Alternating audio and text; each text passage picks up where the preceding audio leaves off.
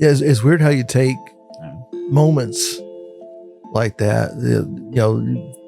You talk about that, and I think about I was the one that had to call my mother and say she's missing, she's been taken. Oh goodness! And then I was also the one that had to call her and tell her that she'd been found. And that's a sound I don't ever want to hear again, ever. It's haunted me a long, long time. So you pick out those moments and they dig into you.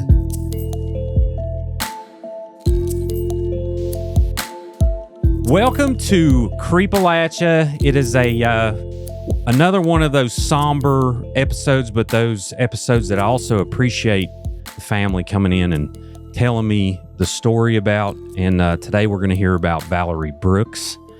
And we have Mike and Traci in the studio. And we'll get into Valeri. This case is a Kentucky case. And also we have Alex Paul in the studio again today. Yes. She's done a lot of legwork on a lot of these cases. So it is always great to have Alex here and her expertise because I'm borderline useless. So thank you. You're welcome. Yeah. So let's start with you, Mike. Go ahead and tell me about yourself and your relation to Valeri. 54, widowed father, 5 kids, got 3 girls at home. My sister Valeri was kidnapped, murdered from her job in Versailles, Kentucky, 35 years ago this past New Year's Eve. I'm the middle. Valeri's 3 years older than me. My sister Traci's 5 years younger than me, so I'm kind of right smack in the middle. One of my best friends growing up, being without her all these years and all the memories I've made since, you feel those. And now this 35 years has gone by and we're really trying to put a push on to get local law enforcement, to get some a different outcome, or at least engagement that we haven't been getting. So we really appreciate, Alex, the effort you put in for us, and JD, what you're doing for us. We feel that this year we've gotten a lot more interest behind her case.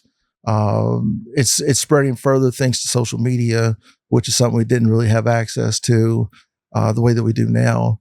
So really, really, really appreciate you. Yeah. And a lot of people, and I just repeat what people like Alex say and the great work that they do, and I tell jokes. But thank you for saying that. But yeah, social media is bad in a lot of ways, but it's good too in the fact that we're bringing a lot of awareness to these cases that have went on unsolved for 35 years now, you say. So right.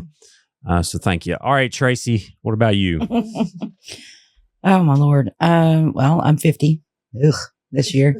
I'm a mom of 4. My oldest is going to be 30 this year, and my youngest is 10. I have a grandbaby. And Valeri was more of a parent to me, more of a mother to me than a sister. And just having that absence for all this time and just seeing the things that she would have been over the moon about and all up in the middle of, and she's not there. And we don't have the answers to that. And then seeing her face literally in every child in our family that's been born since she passed, and her own children too. They all look alike and they all have very similar features to her. They all have her hair color. They all have, it's uncanny. I'm the only light-haired, light-eyed child in the family. Right. And of none of my children have light eye. All my children have brown eyes. All my children have that chestnut hair. My brother's kids, the girls, they all have. Right, Alex, you saw them at lunch. Yeah.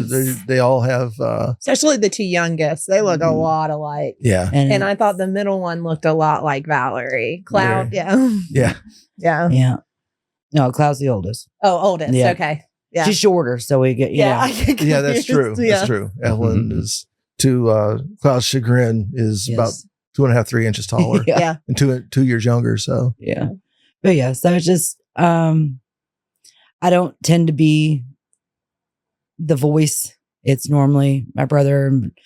Before my dad passed, it was my dad, my brother, and I kind of pop in there here and there. And it's not because I'm not involved. It's not because it doesn't plague me every single day. It's because I know myself and I know how lost I can get in it. Sure. And it's, I don't have that time. Everyone has, with things like this, one comes to mind is Amber Kidd. She lost her brother, AJ Sloan, and they have multiple siblings. And I think some people's roles are different in these families, where like some is like, you know what, I'll face the public, and others are like, well, I'll do some back end work. So I totally get it. It's overwhelming, I'm sure. Yeah. And it's, I tend to get very emotional, and I get very, not that you don't, but you are much better at kind of stepping back and being like, here are the facts. And I'm like, that guy, string him up. Like, I'm very like, Sure. Typical youngest, go in there and bite the ankles. And you just do it more effectively than I do. one of the things, a lot of people don't talk about when you go through something like this, you hear these people like, I won't stop until, XYZ happens. I'll do this 24 hours a day. When this first happened, my dad and my stepmom lived in the same town I did in Connecticut. This happened in Kentucky, but we were living in Connecticut at the time. Every Friday night, my first wife and I would go over to their house. We'd play cards and we'd have food, and we would hash and rehash and talk about this for hours every single Friday night. And about 5 years of that, all of a sudden I woke up one day and I said, I got to stop. I got to set this aside, because it was eating me up. It was becoming everything, and it was taken away from me, as a person, as a husband. But they don't talk about that emotional drain. So, I'll hit this hard for, 4, 5, 6 months, a year. And then when you're not getting any feedback, you're not getting any traction, it is soul searing. So then I will have to take a step back and regroup, and then kind of come back at it. So Alex, you reached out at the exact right time. Oh. I don't know how that, cosmically happened. That's what she does. Well, you Superpower. take care of that crystal ball. Well, So thank you. it's working. It's working. I'll keep Yeah. it polished. Yeah. Nice and open. Yeah, and there's several factors to this case, and we'll get into it in a minute. We'll go through a little more backstory, but I'm looking at a photo here. Walk me through who everyone is. All I need a right. duck. Well, Oh, you're good. The wild man here on the left, that's our father, Glenn. And then that cheesy little booger right there is me and my so cool shirt. Nice. And then my brother. And Well, then, that handsome fellow with hair. yeah. And Valerie on the end holding up her oldest, Andrew, like, Simba. Yeah. Now, how many kids does Valerie have? Did she Two. have two? Two. Two Okay. boys. Oh man. Okay. So y'all a pretty close knit family growing up. Like, Yeah. Yep. just keep in touch, and Yeah. We were joined at the hip and in all shenanigans. We were all Even when Valerie was in Kentucky and I was in Connecticut, we talked, sometimes daily, sometimes multiple times a day. I had just talked to her that evening, I think before she went to work. And, not knowing that was the last time I was going to hear her voice. And, now there's an old video out there of her, and I hear her voice. And I was like, wow, that's, And so, because she was sick in that video. Yeah. So it's like, sound like a little kid. right. And like, we know, like, it kind of reminds us of that, what her, not sick voice sounded like, but for the people that have never heard it, the kids, Right. it's like, they don't have it. It's just weird to think about, like, Yeah. well, you know what her sick voice sound like. I haven't heard this video. I need to listen to that. Have you heard it? Mm-mm. No. I've got it. Well, so you've got, I've got it on my computer at home. you Yeah. converted it to, Yeah, I've got I converted it from VHS to CD or DVD. And sent it to him, and then he did some digitally. Oh, I don't do all that. Cool. So yeah. I got to save like 5 different places. So. Yeah, you have to.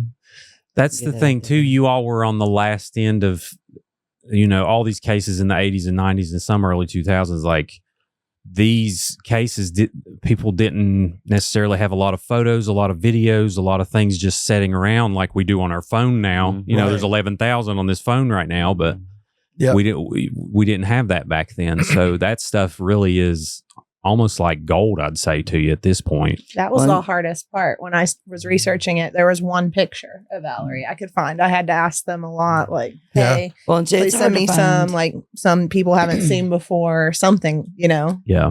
Well, and it's she was a picture dodger.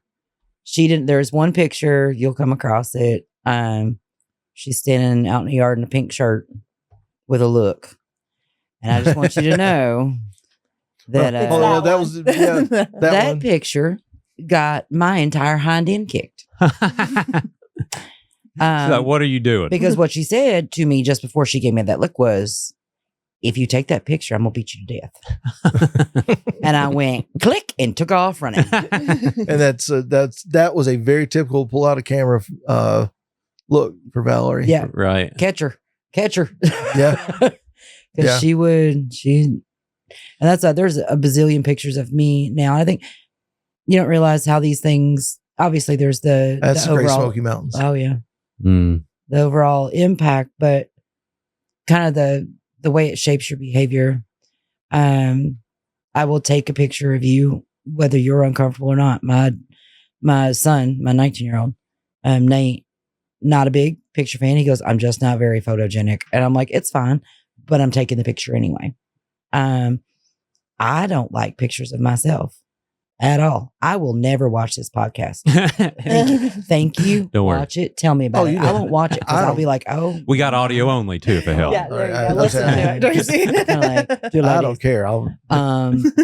But I take the pictures and I do the videos and I do the silly things because I want my kids and my grandkids to have that, archive. Well, Sure. I got to be honest. A lot of pictures, and anybody, I'll tell you, anybody listening or watching, that if you've got hard copies of pictures, digitize them because it is real easy to lose. We lost thousands of pictures. Hmm.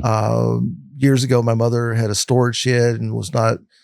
She was coping with Valerie's death and Yeah. didn't pay it, and we lost everything. Lost everything that was in that shed. And then pictures that other people have are kind of locked up in their belongings, and we don't have those either. Right.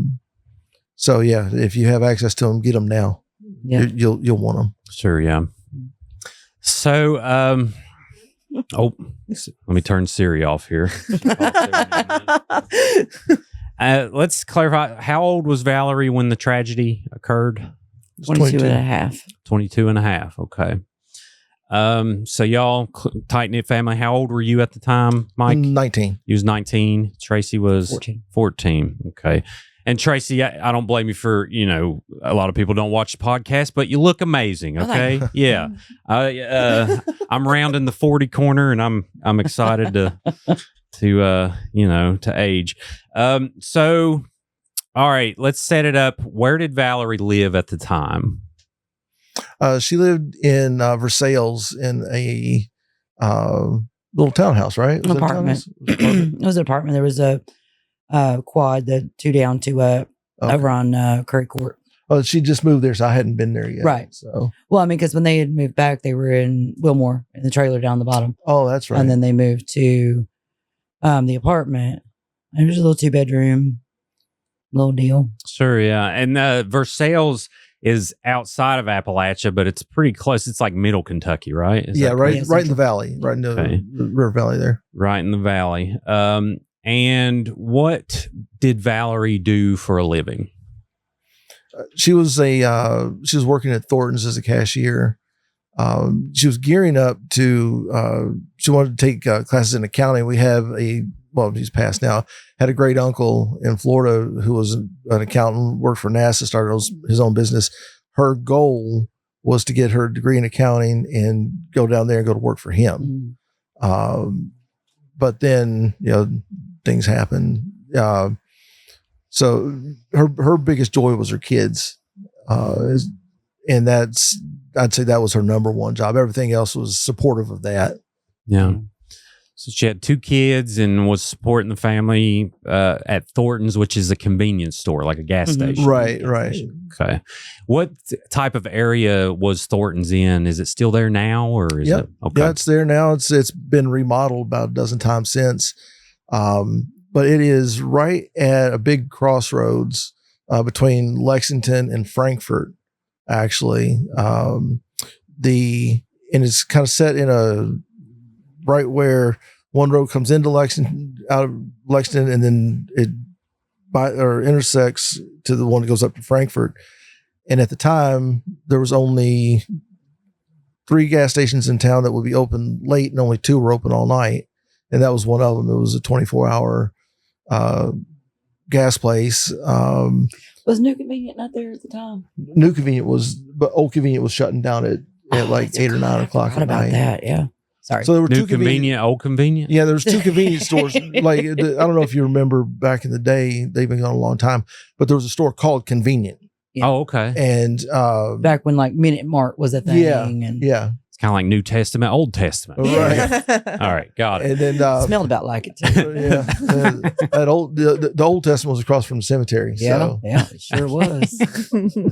but then they built the new one out the end of the bypass, and that's so everybody in town just took to calling it Old Convenient, New Convenient. Anybody from the area will know this of an age will say knows what that locations are.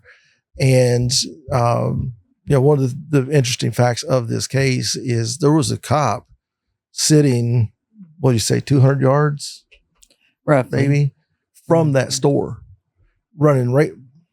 ostensibly running radar. Oh, okay. I didn't know that was the term for that.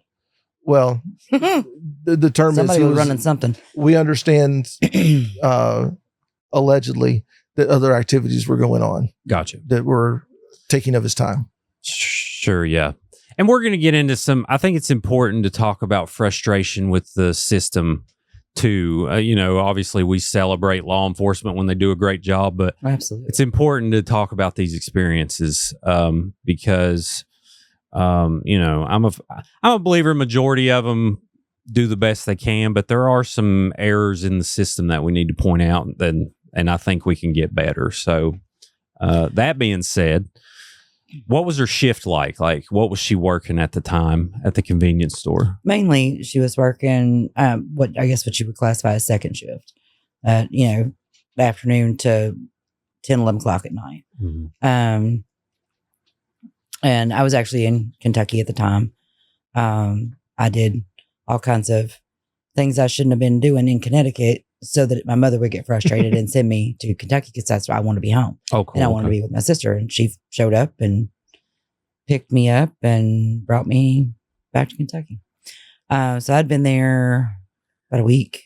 Yeah. Well, since Christmas Eve, we got back to Kentucky late and set up the Christmas tree and all that. But that night, somebody had called out and she had agreed to took over for them.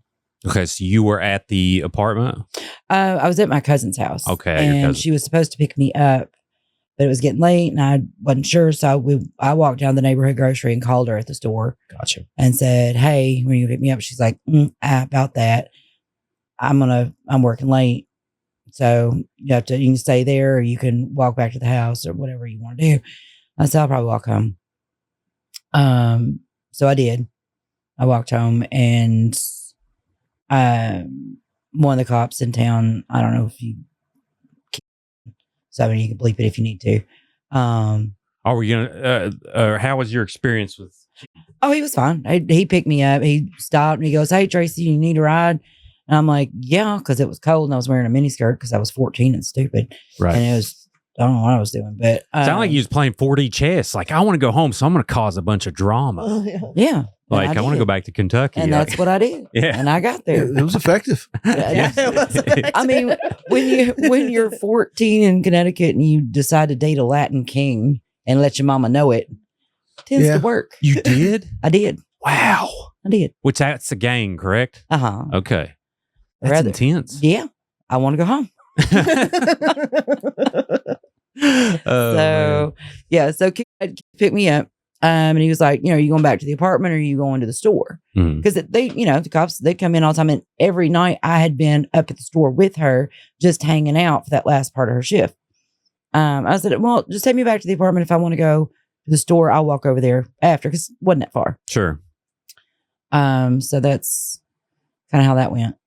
So he dropped me off at the apartment and I walked in and realized that Chase had gotten into, that's my sister's youngest, had gotten into my makeup. And I couldn't tell if he ate it. And I freaked out. I was like, oh no, he's going to die. He ate makeup. And so I called her and she's like, it's non-toxic. He's fine. Well, this comes from the person who went to the emergency room. I don't know how many times this one. Twice. No, you went more than twice. Not at least for had a trying to poison poison center myself. She ate and consumed everything when she was 4 or 5 years old, Oh. I was 2. or that. And then I was 3. Uh, Everything else was physical ailments. So Tracy was what we call wide open. yes. Okay. Full throttle. Let's Yeah, go. I got you. Yeah, full throttle. Well, I had to be. I was the youngest Sure. in a family of very, very colorful and boisterous people. So if I was fair. going to be quiet, I was going to get lost, and I wasn't getting lost. So, Sure. but yeah, so she was like, he's fine. And Ed came out, and Chase's dad, he came out, and because he heard me panicking, and he talked to her. She talked to Chase. And then that was the last time any of us talked to her. Do you remember that phone call? Mhm. It was just like a short call, just quick to the it point. it was less than 5 minutes.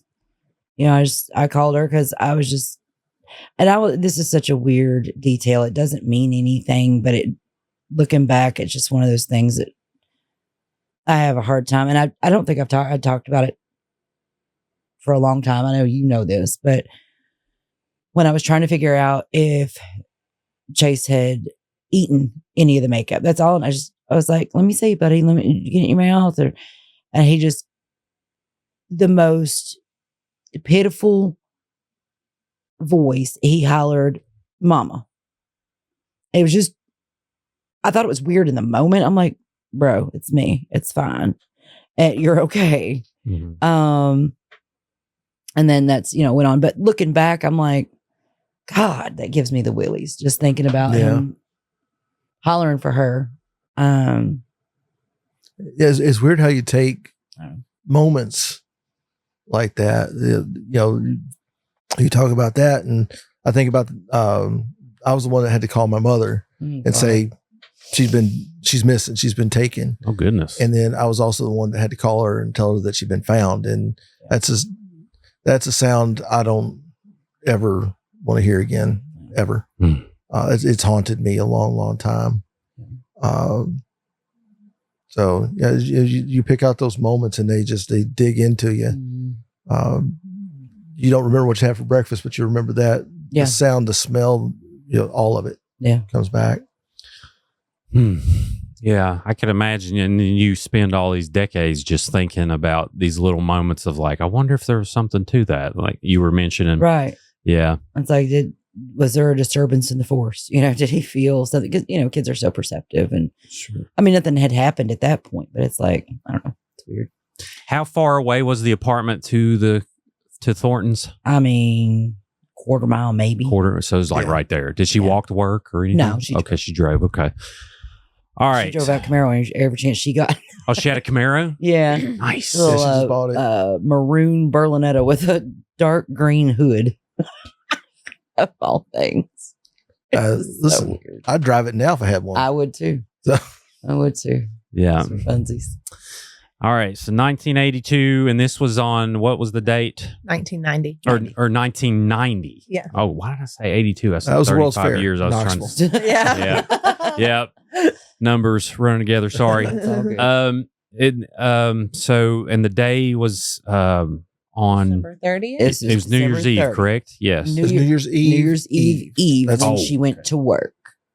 But Got she it. So- technically was At- taken on New Year's Eve, Yes. the 31st. Yes. right. But Okay. at 2:00 in the morning. Yeah. So not after everybody had partied, when everybody was Still sleeping partying. and gearing up to ready to go party. Yeah. The timeline gets a little weird. It gets there. weird there because you say New Year's Eve and people go, oh, everybody's, partying at New Year's Eve shenanigans. No. The night before. Yeah. Gotcha. So, Yeah. And that's important because it could be, I mean, you go between those 2 days, it really would narrow down who it potentially could be, although we still don't know. right. And Yeah. but we have had people over the years go, well, I was at a New Year's Eve party and this guy left drunk and I know he went to Thornton's. Well, that's great. She wasn't there. She was dead. Right. Like, bro, focus. Get with me. Sure. Yeah. Pay attention in class. Come correct when you talk to Tracy. Yeah, Okay. so I get- correct. I Yeah. get irritated. Oh, I can imagine. And then you hear, I'm sure this case has got a lot of coverage over the years, and I'm sure that you've heard things where you just want to, throw your phone out the window. Uh-huh. So that's understandable. Yeah. And I'm sure I've done that to people out there. So if I have, I'm sorry, but we try to get things correct, but people, no one really knows the real truth except for the family. So, what about you, Mike? Where was you at that day? I was in Connecticut. I lived in Connecticut Mhm. at the time, and I was at we weren't married yet.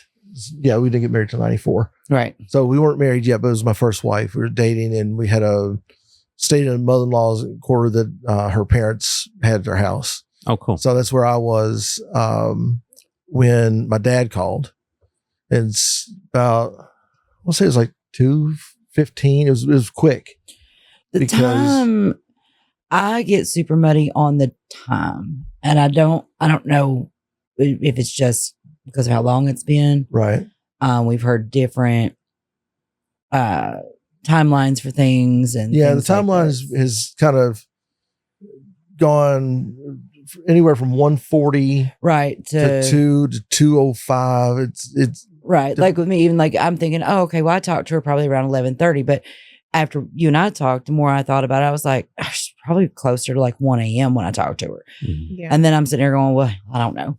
yeah. Things melt together. Middle of the They night. do. It was the And middle of the 35 night. years later kind of Oh, Yeah. yeah.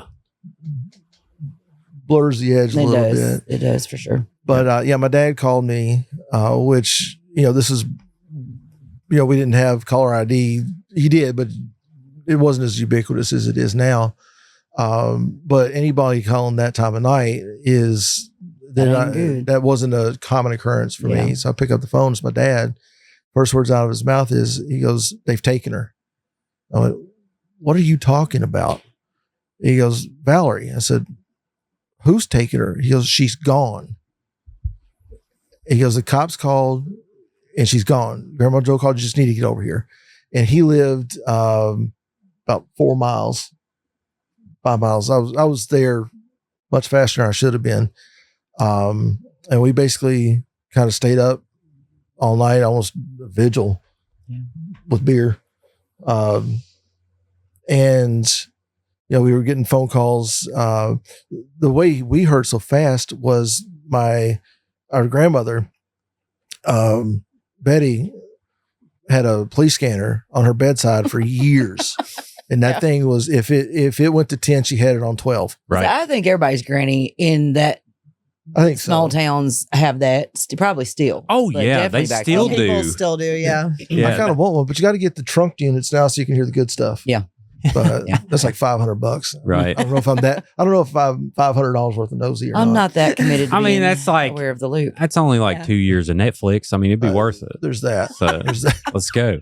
But yeah, so she had heard the plate number go over, and that was her first clue. In her sleep, she heard that number and knew Valerie's plate number, and that's what woke her up. And she drove down there, and then that's when she drove over.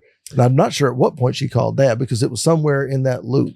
I don't Unless know. she called before she left the house. I don't know. I have no idea because she came because I was on the phone. I'm sure she tried to call because I was on the phone with my boyfriend in Connecticut, and they didn't have call waiting because back then you had to pay extra for call waiting. Mhm. So I was on the phone with him. It was after I talked to Valerie and got Chase cleaned up back in bed and everything. And, you know, I'm just doing normal 14-year-old talking on the phone constantly thing. And my grandmother came the way that the apartment was. You had to have a key to come into that common hallway. Obviously, she didn't have a key. And their living room window we were on the first floor. So the living room window was right there up front. And I hear this knock, knock, knock. And I'm on the window. I'm like, who in the heck is, and I pulled the thing over and I was like, and she's like, let me in. And I yelled for Ed and I opened the door. And by the time I get the door open and get the front door open, he's running out, pulling his boots on. He's got his jeans on, pulling his boots on. Because obviously something is wrong, or, you know, she wouldn't be knocking on the window. And I don't remember what the exact exchange was. All I remember was just my body ran cold. Just, I don't know what's going on. And he said, take care, Chase. And out the door he went. Yeah. So, Just very chaotic. It was. And then just silence. Yeah. Because, I mean, you guys are, I was right there, but I was just right there with Chase and not knowing. yeah, and Dad and I you're spinning up, we're talking, just trying to start to make order out of the chaos we've just been handed. And, we're calling uncles, his brothers, and, we're getting information, Uncle Alan was out looking, Uncle Randy was out looking, Uncle Mike was out looking, I believe. So now we can start to have people fanning out, throughout the county, just driving. We got half the county out driving. Oh yeah, stuff like it's is it kind of a rural area? Would you say, or is it? So back then you had it was Versailles, which is the county seat of Woodford County, Mm-hmm. and in that county area you had the Versailles City Police, you had Woodford County Police, and you had Woodford County Sheriffs. And at that point, they had everybody going, and I'm sure they were calling in state police, but I don't know that for certain. Got it. But I mean, it just stands to reason that they would, because state police would patrol the bypass out to Frankfurt quite a lot. I mean, town, as far as town goes, it was tiny. It was pretty compact. It's broadened out in the years. Yeah, no, it's spread out. But I mean, you had your kind of major like subdivisions, but then that you could walk from, one end of town we did it all the time. Old convenient to new convenient. That's what we did on Friday nights. Because what else you gonna do? Sure. Walk back and forth, or drive your, ground bound mini back and forth. Blah, Right. Doing the 2-finger wave. One To finger be wave. seen. Yeah. One finger wave if you're cool and you know me. That's, Unless it's that other one finger. Yeah. Right. Yeah, that happened. The middle. Okay. Me too. Your court and fingers, Dad used to say. That's right. So yeah, no, it was, town was small, but the county sprawling. Sure. Yeah. That makes sense, because the way you described of this network, like if something happens like that in rural West Virginia, it's the same way. Like everyone just starts sprouting out and looking. So when Right. something happens like this, so that makes sense. Right. So she heard on the scanner. How did that come through the scanner? Who made the first call? So our understanding is that the silent alarm was tripped by somebody taking cash out of the wrong part of the drawer. And because they had two different buttons, they had a panic button underneath, and then they had where if you cleared the drawer and they had that extra little, you pull that cash, it tripped the alarm. That's the one that went off. Mm-hmm. And it was over the years, we found out it was about a 2-minute delay for the time that alarm trips. So the time it goes to the alarm center calls the store, doesn't get a response, and then calls the cops. So it was about 2 minutes. That officer that I mentioned earlier that was 200 yards down the road is the first on the scene. And he's calling in, I guess when he got in, he called in the vehicle that he saw in the parking lot, which the only one at that time was her car. Okay. And this is assumption on my part, he called that in as to that's what's on scene. And he gets out to look around looking for Valerie because he knew Valerie. Mm-hmm. That was one of the two places that the cops would stop all night long, all day long for, coffee, bathroom, shoot the breeze, just to be seen. Yeah. That type of thing. So Valerie knew the cops, and the cops knew Valerie. That's and the cops knew our family in town. Our family wasn't a big family, but they're involved in a lot of things like our grandmother was a bus driver. She was the head custodian at the middle school. She was the head custodian for the rec center. Everybody knew Betty. Yeah. So that's kind of, and my uncles were hellraisers back in the day, and my dad was. Yeah. So there's a familiarity. So he would have been, he would have been there earlier in the shift, knowing she was on shift. Right. He would have known that it was her. Yeah. So then that was the start of the cascaded response at that point. Sure. Yeah. Well, and Hellraisers are handy in these situations, I Yeah. think. Now Yeah. they can Well, because they know all the places Sure. where you ought not know to look for stuff. exactly. But also they won't put up with no unneeded BS. Yeah. So even my one uncle, who was the tamest of the bunch in that circumstance, would not have been the one to come across. Right. Uncle Alan, Which one was Uncle that? Alan. Oh. He wouldn't have been the one to come across that. Oh, in no. that time, but he was the gentlest, the least hellraiser of the bunch Gotcha. All right, Tim. compared to I Ricky. mean, yeah, I reckon. Okay. Yeah. I can see. Yeah. Randy and Mike, now everybody knows them too. Well, I mean, so, in the best way. I don't mean. I was little, Sure. so Don't be smirched. all I ever think about well. with Alan was just that very stoic, Right. outwardly, just very like. So yeah, I see what you mean. Yeah. Well, when I hear it, what I hear is like someone who probably is quiet, but also is who you want to call when you want to get things done, and somebody who will stand up for what's right. That type of Hellraiser is Yeah. what I think of. Yeah. So yeah, that sets it all, and that'll answer a question of how that came across the scanner. How many cop cars did the police department have that they were looking? I know you mentioned that you thought that they may have called the state police too. That would have. I say that just in standing to reason that you would get every resource in the area that that something's going on. Right. Because I mean, at that, like, this is so cliche to say, but nothing like this ever happened there. Yeah, Sure. no. This is home. Nothing like this ever happened there. And now there have been several things like this that have happened. They're not like this exactly, but there's been Right. quite an uptick of things that you go, oh my gosh, that never happens here. But we were the first ones to be like, hey, this never happens here. right. Yeah. Well, that is not the Sometimes trophy we- you want for yeah, I sure. was like, but- sometimes we No. don't like to be first. Sure. Yeah. Yeah. So, all right, they're branching out. They're looking. What happened that first night? And it's like 3, 4 in the morning. People Yeah. are still looking. I imagine. That's all. That our understanding is everybody's out looking, not really knowing what they're looking for. They know who they're looking for. They don't know what they're looking for. Mhm. They would know that she's likely in a vehicle, and that she's not supposed to be in. And so that's kind of sets the stage for the rest of that evening, which, I was having a conversation with, there's a reporter from Channel 18, which is Lexington is big enough. It's got local affiliates. Like they have their station there. It's not like this remote stuff that happens now.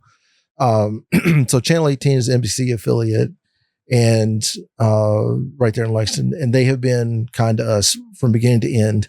They had a young reporter who was an intern who started covering that, and she's one of their lead investigative reporters now, Lee Cersei, who's been just absolutely wonderful for 35 years. Mhm. So I was talking to her the other day, a couple weeks ago, and saying, it never really set into me where was she for this 4 hours? Because she was found Yeah. around 6:30 in Yeah. 6:30 in the morning. So when the sun rose, It was a person going to work. gotcha. So,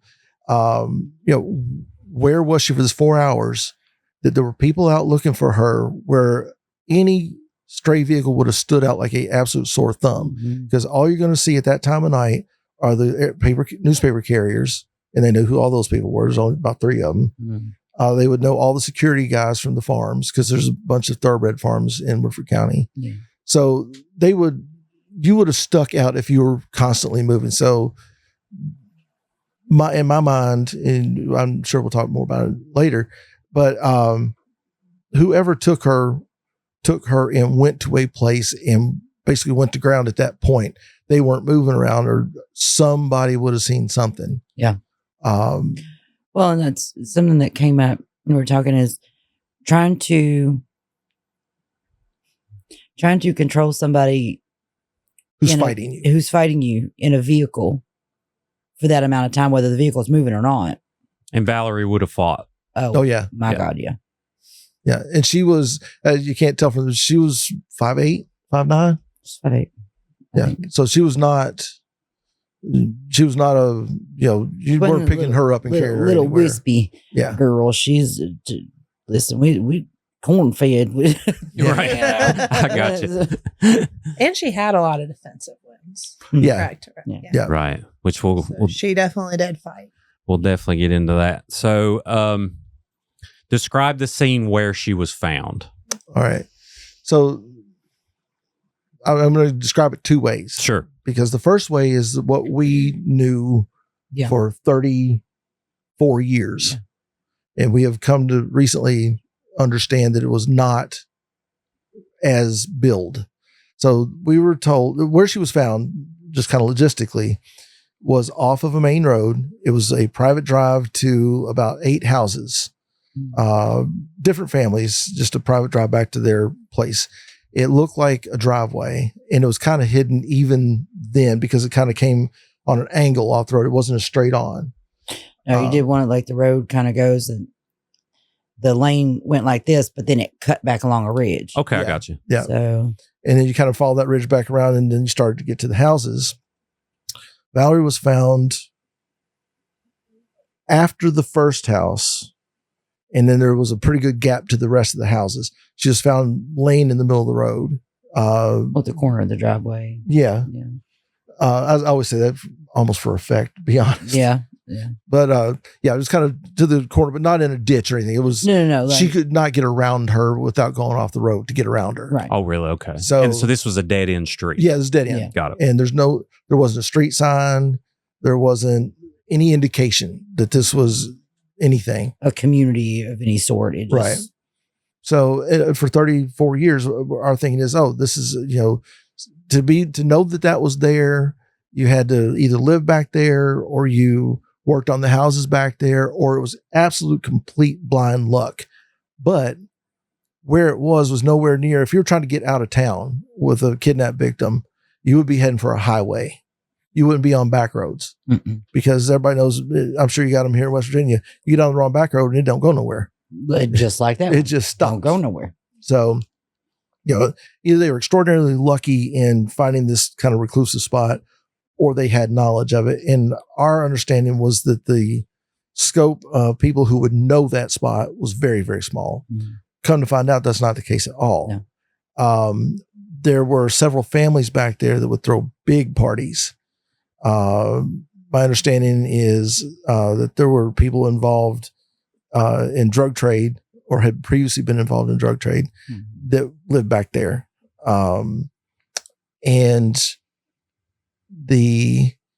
So the number of people who knew that area was much, much bigger, and the quality of people who knew that area was much broader and much sketchier than we've been led to believe. Yeah. We're thinking this is, these are people with, enough money to buy a house on a private lane and build these, fairly nice houses.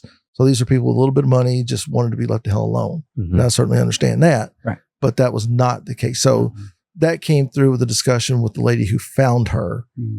Gave us a little bit more detail on kind of how life back on that lane was. Gotcha. And that night there was a big, big party back on that lane, and not at her house, but at, I forget the person's name. I don't remember. But yeah, so that's kind of the layout. And she was on her way to work. She had left that party early because she wasn't feeling well and she had to work. So she left, she sees Valerie's body in the road. She panics. She goes back to her house to get her husband. Her husband gets the neighbor, and he and the neighbor go back to Valerie's body while they'd called 911, and they waited for the cops to come. So that's kind of the setup as to how she was found. Okay. And again, that's about 6:30 in the morning. Yeah, that helps. I would like to walk into as much detail as you're comfortable with. Sure. What shape Valerie's body was in when she was found, and what the cops, when the cops showed up, and what they thought potentially happened. She was wearing. I'm a pretty open book, so she was wearing her Thornton's vest. She was found with her pants off, with underwear on, and she had a sanitary pad. She was on her period, which kind of causes some thoughts later, as we can discuss. She was covered in stab wounds, primarily to her chest and upper back. She had an extremely deep laceration that went from one side of her neck to the other anteriorly, which the front. I'm in the medical field, so I apologize.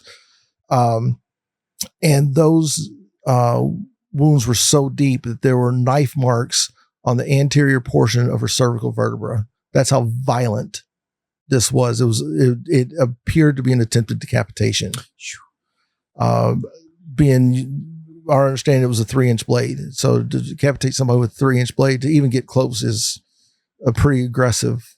And I've said in the past, it's a level of violence that's not. It's not your typical. It's not a typical murder. When I worked in corrections, I had a counselor tell me one time, he says, the typical murderer, he goes, is somebody just like me and you. It's like just anybody who got pushed to the edge and wasn't able to step back. He goes, that's your typical murderer. He goes, anything beyond that, it speaks to a different level, different psychosis. Sure. Yeah. Yeah. I mean, it sounds like the robber was also not only a murderer, but probably a rapist. Well, we don't think it's the same person. You don't think so? No. Yeah, that's the working theory from the cops, is that it was 2 different crimes. And I tend to believe that, just because my thing is, if there was no sign of a struggle at the scene, and there would have been, she'd have grabbed that register and clubbed him in the head, whatever it is, they wasn't going to get her out of that store without a fight. So she already had to been outside. So if she's already outside and you grab a hold of her and you put her in a car, you're not going to run in the store and let me grab this $230. $230. You're going to get the hell out of Dodge. You're not going to be messing around like that. Sure. Yeah. So it just does not make sense for it to be the same person. No. Yeah. Well, and just hearing the details of the awful shape her body was in, it sounds extremely personal too. Mm-hmm. Very. Yeah, because there's been a few cases that sound like this, that where either they pretty much know who did it and it was someone very close to the victim, or like the most popular one I'm thinking of is O.J. Simpson. Right. Even though he was not guilty, I mean, everyone knows. Yeah. Sounds like it was very much the same kind of thing. But that being said, I think Traci, since there was no struggle at the scene, that's a very important detail, because it sounds like she would have, broke everything in her path before leaving that place. Struggle outside. There's no struggle outside either. And there was like how they put like the displays of like pop and windshield washer fluid and stuff like that. The big steel stuff. But that there was those displays outside, not bothered, not touched, no problem. So her purse was left inside. Mm-hmm. And the way that you got behind that counter was not straightforward either. Like you would walk in the doors, and then the counter was kind of like, you had to kind of like walk way around to get behind the counter. You didn't it wasn't a quick little, and it was kind of a tall counter too. So it wasn't like a dash in there. And that was somebody went in there to get something, looked around, and went, hello. Right. Yeah. Yeah. Sure. Should mention, because people do ask, there were cameras, but they were view only. They were not recording. So they were useless. That's it. Yeah, I was going to bring that up, because in the 1990s, I mean, there were cameras, but hard drives weren't, really readily accessibly a thing. And so that's unfortunate. Right. View only, I guess it would help if you're inside so you can see who's at the pump. That's probably why they had it like that. Yeah. Yeah. Who pulled up? Yeah. That kind of thing. All right. So did she have any kind of relationships And, we can speculate. I'll definitely say when I speculate, I try not to do it too much, but did she have any personal relationships that you all were kind of weary of at the time? Or what were your initial thoughts on what potentially could have occurred? At the beginning, I really didn't have any. Just nothing I knew stood out. It's not like she's been saying, hey, this creep's been coming around. I've had to run him off. This person won't leave me alone. She wasn't a partier. She didn't go hang out. She went to work. She came home. She was with a kid.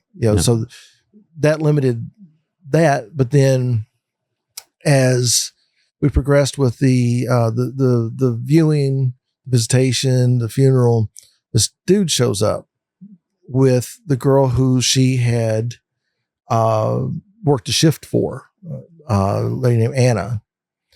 And this guy's name's Greg Bright. Now, I'll tell you the rest of this, but I want to say this so it's not misheard. Greg Bright was completely exonerated, and I believe it 100%. Yeah, no, he was. We'll leave his name in then. If that's the case. But no. This is important for context. And I say that because his name gets brought up when these stories come out. People will reach out to me, and his name comes up a lot. Mm-hmm. And I want to assure anybody listening, Greg Bright did not do this. Greg Bright had nothing to do with this. Greg Bright, I will say from personal experience, was a very unusual, weird dude. Gotcha. Right. We but know he those did people. not do this. Yeah. So, I mean, I've never had an opportunity to really say that where I knew it was not going to get cut out. Please don't cut that out, because I think it's important that people know, we know that name, and he was DNA tested. He was lie detector tested. I don't have my problems with those, but it was not him. Gotcha. But this was our first dive into, who could have done this. Sure. Because he was clinging to Anna, like close. He wouldn't let anybody get her by herself to talk to her. Even just, hey, how you doing? Not, we weren't grilling her. We didn't know to, Right.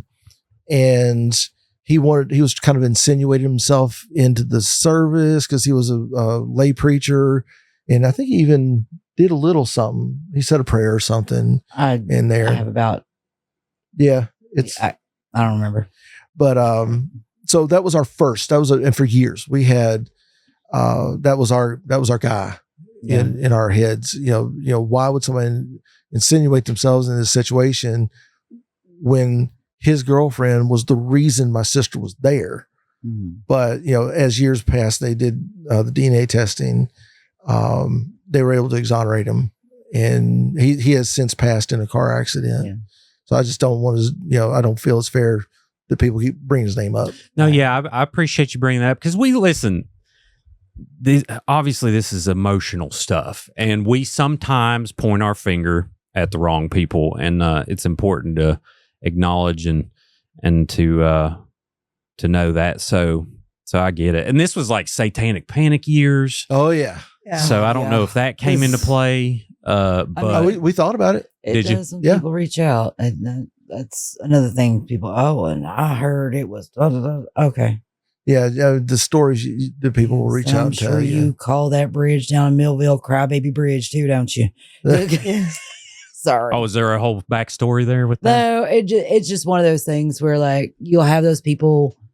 They're in every small town. Sure. Where this one time and my cousin and I was standing outside at nighttime and I seen the Mothman. I mean, I know you guys, right? Oh Lord, yeah. Okay. So it's those people, like we get people reach out like that all the time. And they're like, well, I heard. Yeah. And it's always, it is some of the most outlandish. Like, okay. It's always that, I heard from my cousin's uncle's car mechanics postman. He saw it. I mean, he's a good dude. We know that guy. Yeah. Yeah, he's a good. Yeah, I see that come up with all kinds of things. Yeah. Sure. I think it comes. I don't think it comes from a bad place out of people. Right. It just comes from trying to assimilate things that are almost not able to assimilate. But for whatever reason, or just wanting to be involved, wanting to be helpful. I don't think people try to be hurtful, but it does get on your nerve. I got to say. Yeah. I've heard quite a few people say this. I'm just curious if y'all had this experience, but for a while they felt they would walk into a room and everyone would be like, that's the person who's, so and so was murdered, or like they just felt isolated for a long time because people, they mean well, but Right. it's felt the exact opposite. Well, I mean, what do you say to somebody? Sure, I mean, sorry, somebody brutally murdered your sister. Coffee? Yeah. Like, I mean, what do you? So it is not. But people are like, "How are you?" Oh God, please don't ask me that, because I was fine until you asked me that. Yeah. Right. So, Kind of got so what do you say? got some of that. It was helpful that I didn't live there. Once after she was buried, I got in the car and drove 900 miles back to Connecticut. So, but if I was there, I'm certain of it. It was Certain hard. of it. I mean, it happened to my grandmother. Oh, small town, I'm sure. Yeah. that they lived with it every day. Yeah. For When sure. I had that's the reason why I dropped out of school. Because my mom and I went back to Connecticut after, and then packed up and moved back to Kentucky. To Versailles. And I started trying to finish out 8th grade. And that lasted about a week and a half. And we decided to have me homebound for the rest of the year. And then I went into 9th grade, and I had teachers asking me about it. I had other students asking me about it. I had people walking by. This one girl walked by, I will never forget it, walked by me in the hallway and said, I heard she got what she deserved. Well, then I drug her face down a whole hallway of lockers. And I said, really? I heard you deserved that. And I kind of. How could you not do that though? Yeah. and that's when I quit. I was like, I won't go back in there, because I'm at that point. I'm like, I'm going to hurt somebody, and that's not okay. Them saying things, is that okay? No. But is my violent reaction okay either? No. So I just need to not be here. And I couldn't stand being bombarded every day. It was one thing, the kids saying stuff, but I'd have teachers literally be walking past their class and they'd pull me in. Hey, honey, now I just, I was thinking about you today. I was thinking about your sweet sister. Have they found out anything yet? No. Susan. Yeah. Yeah. It's funny you bring up that comment about her getting what she deserved. We'll get to that here. When it comes up, that comes back. Oh man, tell me no. Goodness. Okay. No, I mean, I like. Yeah. No, that's awful. Yeah. We'll definitely bring that. But I relate to what you're saying there, and the reason I do is I deleted a post recently because I did a story where I was trying to memorialize some fallen officers, and I brought up the last case that they covered, and it was, I don't know, it's been about 15 years, and it's such a small area, and our reach is pretty good. And I started getting messages from the guy's kids who the case that they covered, and the guy apparently is trying to change his life and rehabilitate himself. And they said, my teacher asked me about this, and I was like, I felt really bad about it, and I was like, delete. Like, I don't want to cause any kind of pain like that. I was trying to be nice and do the right thing of memorializing something else, but then in turn, I caused more pain for the family members. So I try to be conscious of that. So if you're a teacher out there, kind of just keep that to yourself. If you maybe don't ask the kid that. Yeah, don't ask the kid. Don't bring the kids into it. If the kid shows up at school, they're doing all they can. Yeah. So just, Oh yeah, I can only imagine. All right. So where was the next? Did you get any other leads after that one, or in sequence? So I guess it's more fair to say, so leads wise, nothing while we were there in town. We were there about a week and a half total. Blur. I don't know. And then, yeah. And the cops weren't sharing a lot. And we understood that made at that time made sense. Mm-hmm. So when we got into town, my stepbrother rode with us because he lived in Connecticut also. So it was me, my dad, my girlfriend, first wife, stepmom. So it was just us and Mom. and mom. That's right. Yeah. Drove down, and basically the next morning, my stepbrother and I and you, when you wrote, no, it was not you. I was like, it was did not I? you. It was me and Andrea went. That's who the other person was there. Yeah. But anyway, we went. We said, "Hey, we're here." To the cops, we went right to the police station. We want to talk to you. And they're like, "What do you want to talk? What's going on?" I said, "We're here. What questions do you have for us? And if you want DNA from us, we're willing to give." And our whole point being, let's get all this out of the way right now, because we know we know that we couldn't have done it. We weren't anywhere near it, but we don't want you spending time when you could be getting to the real person. Let's get us knocked out of the way, check that box, because that's who you look at first. You look at the lover, you look at the husband, the jilted girlfriend, you look at immediate family. That's who you look at first. That's who you eliminate. That's not top secret knowledge. It wasn't back in the 90s either. So we were accused of being too helpful. Why are you being so helpful? What did you want me to do? Oh, Lord. That was the beginning of the red flags going up that we were going to have a problem. Well, I was going to say that just set the tone for the entire relationship for the past 35 years with law enforcement it really in this did. case. And it's like you brought up earlier about, celebrating officers. And we talked about the one episode that we watched that had the officer on. We are jealous of that. I listen to different things where you have a detective or you have, some member of law enforcement that is just dedicated and involved and communicates everything that they can to the family without crossing that line that obviously nobody wants crossed. But if I got no information, I'll reach out and be like, "Hey, I got nothing. You good? You heard anything? Something." So I see those things and I'm like, yeah, that would have been nice. No, yeah. I feel multiple ways about it. I understand of like a court case, they don't want to screw it up. So if they let certain information out, it could be fought in court and contradicted. Sure. I get that. But I do feel like there's a fine line of like, well, we can collaborate on this and figure out how to do this together and me be open, but I still protect that. But I think if you take these things too emotional, eventually you're going to lose your mind. So I think there's this callousness that develops to where they just see these things all the time. Now, granted, small town stuff, you wouldn't think they would see that all the time, but But still, I mean, they didn't. I wasn't even interviewed until a year later. Oh, okay, yeah. And I wasn't interviewed by them. I was interviewed by the police department in Connecticut. Or a year. It wasn't a year. Months. It was months later. I say a year. We weren't in Connecticut. How long ago? I can't remember. It was a chunk of time. It was more than a week. Yeah. But it was months. At least.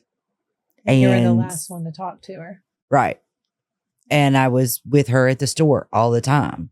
So I saw the people that came in and out. I heard who she talked to and who she talked about and all these different. So all this information that when it was fresh, had they had that conversation with me, asked me questions, I probably could have told them a whole lot of stuff. But then you have the trauma of what happened, the aftermath of that. Being 14, moving back to Connecticut where I hated being, and then moving back to, all this trauma surrounding that. And then it's lost. It's gone. Sure, yeah. I didn't sit down and talk to anybody at the Versailles Police Department until Beth,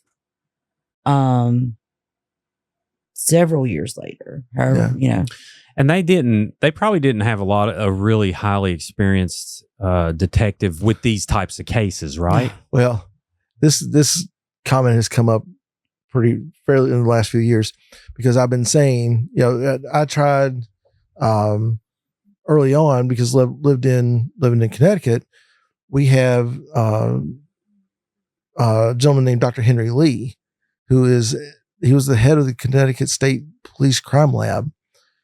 He's the one who solved the wood chipper murder. If you ever heard of that one. I'll have to look that up. Yeah. When I want to be depressed again. I mean, I'm pretty depressed now, but yeah, for sure. But That'll push you right over the edge. Gotcha. Yeah. It was an airline pilot, and he had rented a wood chipper, killed his wife, rented the wood chipper, took the wood chipper back. And Dr. Henry Lee, when he did this investigation, found this rental charge on the man's credit card statement. He went and said, "Hey, what did he rent?" They said, "Well, he rented a wood chipper." He goes, "Which one?" They said, "That one." He goes, "Give me that." He took it apart and found her tissue inside the wood chipper. Just get divorced, man. I know, That's what I right? said. Just get a divorce. Right. For real. Lord. For real. Jeez. Years later, I actually had that dude in one of the blocks I worked at. So it was kind of weird. Did you really? Yeah, oddly full circle. Oh yeah, because he was a CO, correct? Yeah. I did not realize that. Yeah. Oh, I missed that. But anyway, I reached out and said, "Hey, he's here. That's a resource. He's law enforcement. Maybe I can get him to take a look at the case." And I would call and call and call. I called everybody. I called ad nauseum for weeks and months until I finally get this man on the phone. And I talked to him. And I said, "Here's what I would like." And he goes, "I would be happy to." He goes, "I work for the state of Connecticut." He goes, "What has to happen is the Attorney General of Kentucky has to reach out to the Attorney General of Connecticut and say, I would like his services." He says, "I'll go down and assist him." And I called them up and I said, "Hey, this is all you got to do, and you'll have access to this guy." And weeks went by. I'm thinking they're going to be as excited as I was. And I knew that they weren't going to tell me nothing. I didn't want them to tell me anything. I just wanted the best eyes that I knew that I could have any impact on there, because this is small town. So weeks go by, and the lead detective at the time, a gentleman named Tyler Purdy, I said, "What about Dr. Henry Lee?" He goes, "Oh, he's a blood splatter expert. We don't need that expertise." Oh, he's way more than that. But so that was kind of the start there. But then what's happened recently, when I started pressing them about, the DNA and doing the genealogy testing, like through Parabon, there's another one that's out now. And we were told basically that, we get the same training that everybody else does in these investigations. And my response is, you might get the same training. You don't have the same experience of it, the same level of doing it. I can read a book about taking x-ray all I want to, and that's what I do for a living now. But unless you go out and do it, you don't learn the nuance of it. Oh yeah. Yeah. So read about driving a coal truck, then go drive a coal truck. Right. And see what happens. Yeah. It makes sense. Well, it's like, doing what I do, like I am very niche, 18 months to 6 years. That's where I am very strong in what I do. You get over that 6-year mark, I'm like, meh. Does the science still apply? Yes. Does it apply in the same way? No. And the way that you have to manipulate the environment or engage, it's very different. I'm a BCBA. So what is that? I'm a board certified behavior analyst. I work with kiddos on the spectrum. This is perfect. I'm so glad you're doing that. I feel like that's exactly what you should be doing if I was to pick. It's like, I've had experience here, okay? Like, I can walk you through this stuff. I love it. Yeah. I love it. But with the littles, right? Yeah.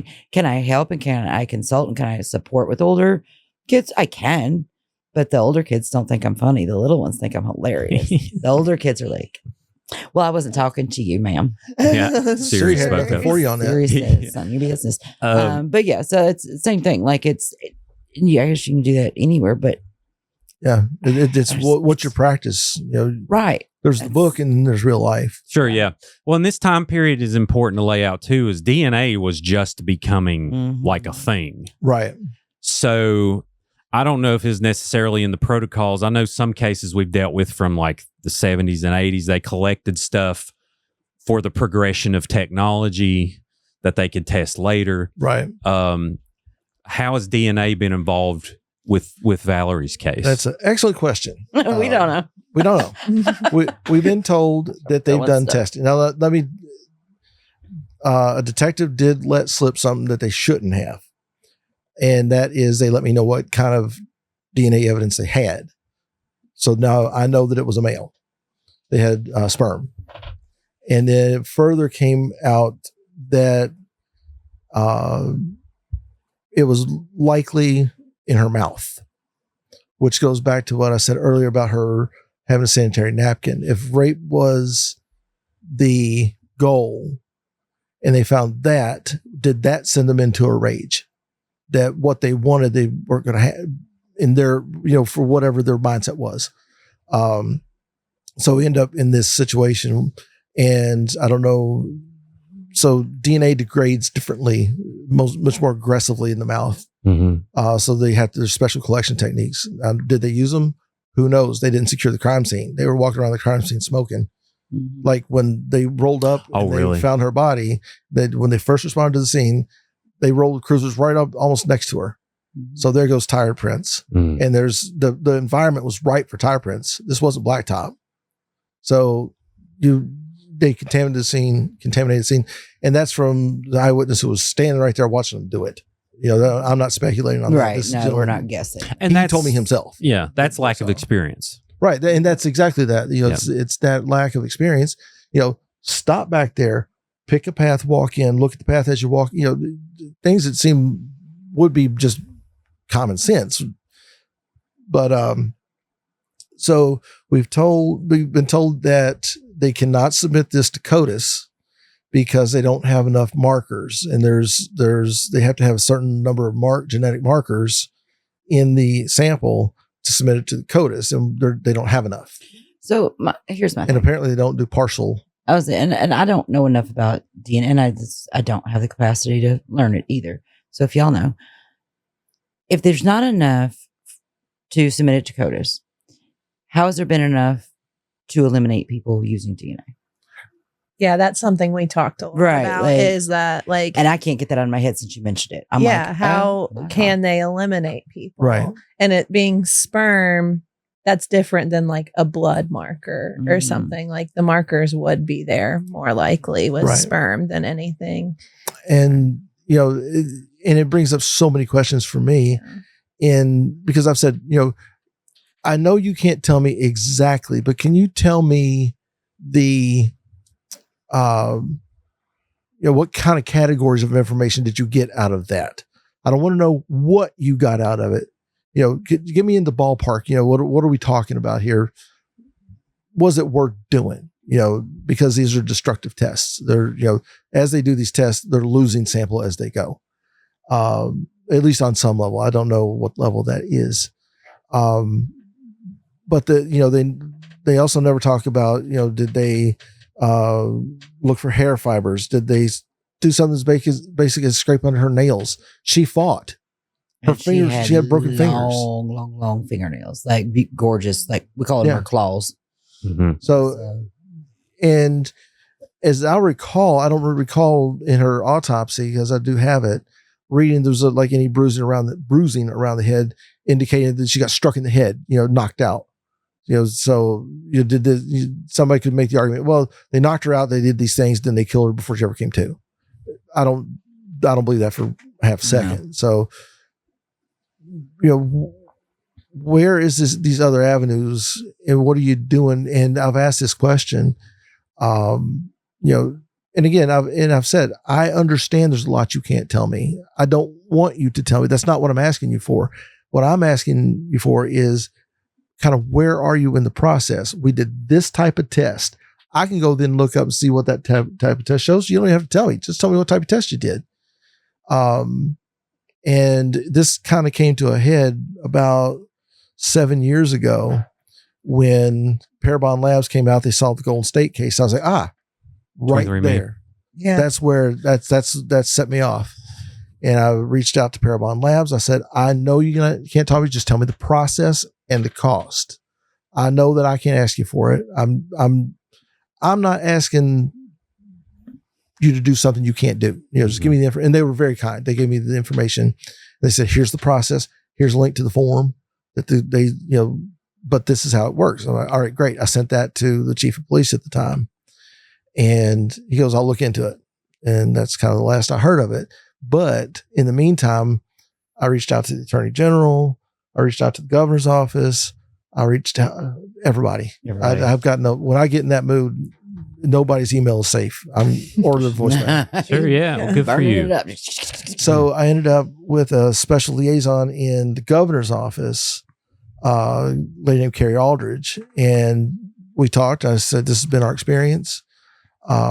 We don't trust the Versailles Police Department. It's all one now. They merged all into one. So we don't trust them." I said, we would like somebody outside to take a look. So they went through all of the evidence was sent from Versailles to the state police, and they went through and they kind of reorganized it. And they said that it's a huge volume of information, which if you Google search, which I know that Alex, you did, you don't find anything that would relate or give you any idea that there's a huge volume of information out there, and that's fine. Also, don't find anything about the sexual assault. Yeah, that's not out there at all. That's not out there at all. But they and Carrie Aldridge said, I'll call you on a schedule, and she did for about 5-6 months, and then I started asking harder questions, and I said, all right. I said, she goes, we've got this doctor who wants to look at the crime scene photos, and I'm like, great, that sounds wonderful. Anything, put law enforcement eyes on. I'm not asking you to come sit down and take a look at this. Though right now I think I might do a better job. Right. And when I started asking, could you ask your DNA person to send me a list of textbooks that have this information, kind of a primer? I said, I'll read them. I said, I'm pretty scientifically knowledgeable. I'm in the medical field. I'm not going to get all of it, but I'd like to educate myself on it. And once I started asking those questions, all of a sudden those calls got fewer and further between. And then all of a sudden she was gone. Mm-hmm. It was working for the State Department or someplace. Mm-hmm. Didn't say bye, didn't say boo, didn't say nothing. Just no more calls. Transfer to somebody else. Nothing. And as of today, I could not tell you who the chief of police in Versailles is. Oh, yeah. Cannot tell you what detective is assigned ostensibly to the case. I have been told that they have now hired a cold case detective who used to work for the state police, I believe, and who not just for her case, but just to work their cold cases. Don't know his name. He's not reached out. It's just, it's insane. I know Lee Cersei reached out. They won't even talk to her anymore about it. Mm-hmm. So really, yeah, yeah. But we're crazy. They won't talk about DNA tests. When Allison, the podcaster for Coffee and Cases reached out because she's got no fear. She called him and talked to the chief police, agreed to talk to her. He says, first thing I'm going to tell you is we're not going to talk anything at all about DNA. Won't even just mention it. And I'm like, that's the crux of the whole thing right now. Yeah. So they will not commit to doing it. They will not say they've done it. The comment we got back is, what if the science gets better? Well, of course the science is going to get better. That's how science works. But it's pretty good right now. It's been 35 years. Right. Well, my thing is this kind of goes back to that, just the impact, the long-term impact. We have children that are now carrying this burden. My 10-year-old, Piper, the other day, she asked where I was going and why, and I explained. I was like, she goes, I want to go. I was like, why? She goes, I don't know. She goes, I'm just sad. And then she started crying. I'm like, oh, why are you crying? That's my emotional one, this little one. And she's like, I never got to meet her, and it's not fair. I was like, I know. It's not fair. It's terrible. I was like, but go and meet West Virginia is not gonna, she ain't there. She goes, I know. I don't know. And then you have all the kids that I know probably get sick of hearing how much they look like her at this point or that point or that expression or this expression. It's like, it's hard not for us not to say it, but it's got to be hard for them to hear it and live with it. And then to also know there are no answers. So why should our children, her grandchildren have to carry this? Because the further it gets away from us and the people that were kind of there, the more muddy it's going to get. Sure. Yeah. I think they're collectively, because listen, like, what are they doing? Knocking on doors, interviewing people at this point? No, they're not. But or are they? They're not. However, They should be. in Sure, yeah. going back to what I was saying earlier about learning the new details about that place where she was found, Mm-hmm. and there was a big party down there. Did they talk to everybody on that lane? To my knowledge, they didn't talk to anybody on that lane except for the lady that found her. Why did you go knock on the doors? Put the boots on the ground, go knock on the doors. Were you there? Where were you? What did you hear? What, Did you know her? yeah. Yeah. All these things. Yeah. Like Yeah. any questions you could have asked anybody. If something were to happen, God forbid, in your cul-de-sac, they're going to go knock and ask all the neighbors, right? If Didn't my happen. kid's getting a fight out in the cul-de-sac with some other kid, I'm going to go and knock on all the doors as a parent and go, hey, who's this kid? Did you know this? Did you see this? Did you hear that?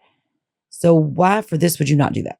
Sure, yeah. Well- So I guess what I'm getting responding to you is that I think they should put boots back on the ground, rework the case from the beginning as if they'd never seen it. Mhm. Yeah. What's it going to hurt you at this point? Yeah. And maybe they are. My frustration is like, I think, all right, you got 30 years. After that, everything you've done should be foiable. We should be able to see it. It should be public. But I understand that they say like, well, no, that could affect the case. But like, let's be real. What is going on? Yeah. What is going on here 35 years later? And that's all you're wanting to know. It just sounds like, and if they're listening now, I mean, listen, I give everybody the benefit of the doubt. I'm sure you'd love to talk to them Sure. and figure out like how we can help and what can be done. Like the 23andMe thing, I think has opened up a whole new realm of possibilities. I'm just curious, have there ever been any kind of serial killer theories or anything that's been debunked over Yes. time? Alex knows this Okay, one. I'll let y'all go right. Yeah, we talked about the serial killer theory. Sure, yeah. Yeah, there was and I get it mixed up because they've got me mixed up with it because What's there those? was Glenn Rogers. Glenn Rogers And then William Glenn. and then William Glenn There it is. Rogers. Yeah. And both were serial killers. One kind of worked that area, and they said that they tested him and they cleared him with the DNA that is a bit nebulous at best. But turns out they likely DNA tested the wrong one. And they wouldn't, to my knowledge, they've never corrected the error. They said, oh, no, we checked into it. We investigated ourselves. We did nothing wrong. We did it right. And then so that's been looked at and debunked. There was a couple of names that have come up. Not Johnny Cash, right? Not Johnny Cash. Okay, just Glenn Rogers. So as a terrible joke. They found him in a ring of fire, but Gotcha. He was going down. He's down, down, down. Y'all can roll with it. I see it now. Humor and dark humors that's gotten us through. That's kind of how we handle things. Is Sure. laugh our way through them. We have laughed planning funerals. We have laughed at funerals. We laughed at funerals. My But daughter heckled me at Dad's funeral. what's that? Gray heckled me at Dad's funeral. Chip off the old block. There I you said, go. I know. I had to allow because I officiated it. So Yes, right? I'm doing a lot of officiating. Are you a pastor? No, Or you just no. Not even close. just the go-to? I am clergy. I am ordained, which people who know me know how funny that is. I have come back to religion along with my 11-year-old and 13-year-old. But no, I'm not. I officiated my son's wedding because he asked me to last year and had an absolute ball doing that over in Evanston County, Kentucky. Oh, cool. And but then for my dad's service, we're sitting around talking about, well, we'll do this, and we'll do, how they talk when you're in there. Now this funeral home, we use the same one all the time, not for Valeri, but sitting there, I'm like, you guys know us by now. We're irreverent right from the beginning. Yeah. And we'll pick this urn, and you go pick your urn out because it's going to be viewed and cremated. Oh my gosh. And I'm standing there, I'm going, We're looking at each other going, I said, he said he wanted to party. yeah. I said, if I brought you a Jack Daniels bottle, would you put the ashes in there? They go, well, yeah. So How about if we brought you a bunch of little nip bottles? You divvy him up? Yeah. So we did. the night before, we sat around, a bunch of us, and passed the bottle and told stories about my old man. There were Yeah. plenty of them. Oh my God. Yeah. And, Yeah. Well, So you saw the picture. Sure. Yeah. yeah, kind of. That's beautiful. In hindsight, I kind of almost wish we'd done something more like that for Valerie. But, I know. You know, But we'd only ever buried old people. Well, it's at so that point. shocking. Yeah. So Yeah. shocking and tragic. yeah, And yeah. really old people on mom's side. So our mother's side of the family was very prim and proper and, tea pinkies and that kind of thing. And Buried in the right cemetery. And right. Dad's side of the family was a little less of that. yeah. Good people, but just more real. Sure. And so I mean, the funerals we had been to that point really had been, little society old ladies in their 80s with the pearls in The them. knitting circle showed up. We'd go and have a luncheon after the services, that kind of, Geez. right? Stodgy. So, Yeah. right. So we didn't know. Don't do that for me, by the way. What was Valerie's funeral like? It was your typical. It was Well, everybody showed up.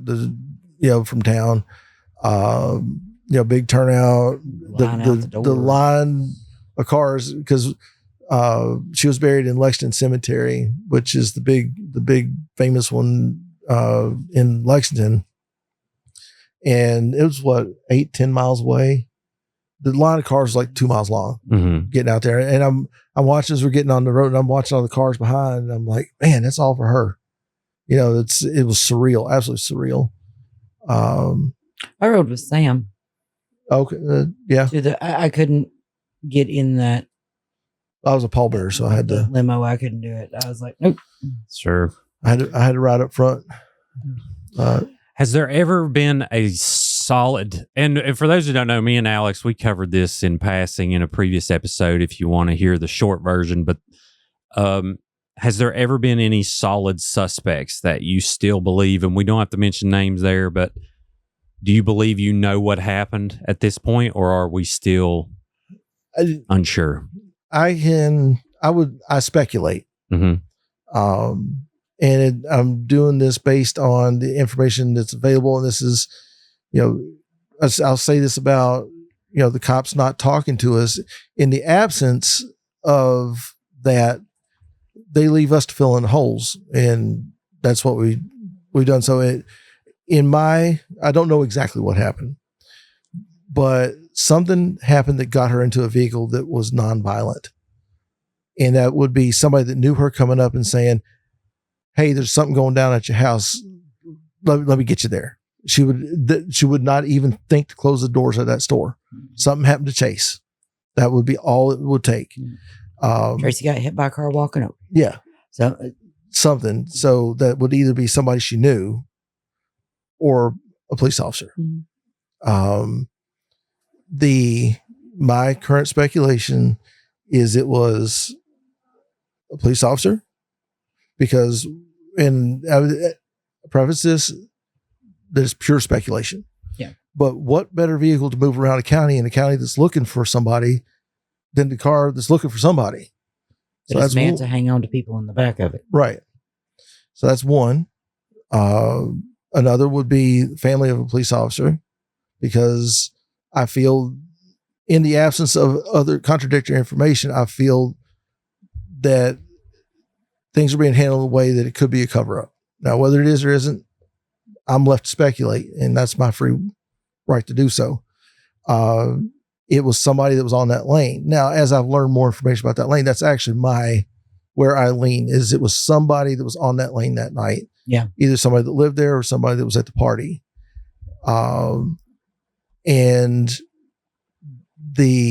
Because that would mean that they were able to get her to, say two people grabbed her. I don't know. Got her there, got her off the road out of sight, because on that lane, you could see when we got there a few days later, you could see big blood marks, and you'd see a pool, you see trails of blood, another good sized pool of blood, trail marks, and you could see where she was found. So she got away from them a couple of times. So my thing is you have to account for where was she during that 4 hours. So that's why my leaning now with this new information is somebody on that lane. So somebody on that lane either did it, but somebody on that lane knows something. Yeah. Right. Well, And- you would have heard that struggle. Yeah. Like that 3 pools of blood. You would Yeah. have seen or heard something happen. I do have some other information I cannot share right now. It's a safety issue for somebody. Sure. Yeah. And I'm happy to talk to you a little bit about that off air just for a background of it. Sure. Yeah. You can trust us. Yep. Yeah. absolutely. But I get it. And all that is very fair to say. Me outside looking in, if I was to just play devil's advocate, I think there would probably have to have this multi-generational cover up. And I just think most likely it sounds like just incompetence on the investigation part. Yeah, like that's where I've changed, honestly. Sure, yeah. And I've taken that stance publicly about a cop or police officer, almost in part to antagonize. I'll be very honest, to do something. Right. Like, do something. you're saying, like, well, talk to me. Like, I really honestly believe This this. is what I Let's got. solve it. Yeah. Yeah. Well, Exactly. that's what it's Got it. because over the years, when every interaction has been us just begging for information or movement or communication or something, and it's met with a sneer, Yeah. Right. a smirk, Oh, and it brings us back to the comment from earlier. that So there was a police officer who was reprimanded in some manner. We don't know what, but he was heard in public saying that Valerie got what she deserved. Oh, This was a police officer said this. They never said who it was. They just acknowledged that something happened and that they had handled it. Now that they didn't say it wasn't an officer, they said, we acknowledge something happened and it's been handled. That's a personnel issue. Now, I was a public service officer for a while.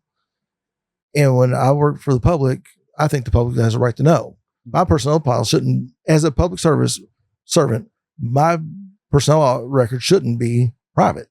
I take that responsibility on, and I should be held to higher standards. If I've got control over your life and your quality of life and your freedom, I'm now at a higher standard. And but that's a side thing. But yeah.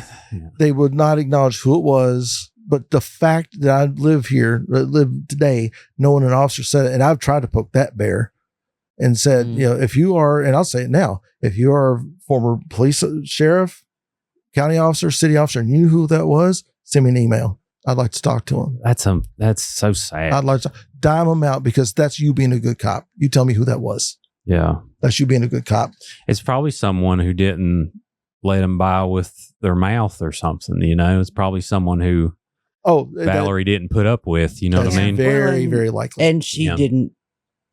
She wouldn't brook that nonsense. No. Sure. And that's the thing, and that's kind of always been my thing. I'm It's sorry, that like one gets me hot. No. she, I will always believe that she knew or saw something that she should not have known or seen, and she called somebody on their BS and said, "If you don't quit it, I'm gonna tell it," which would fit very well with the attendees of that party, Yeah.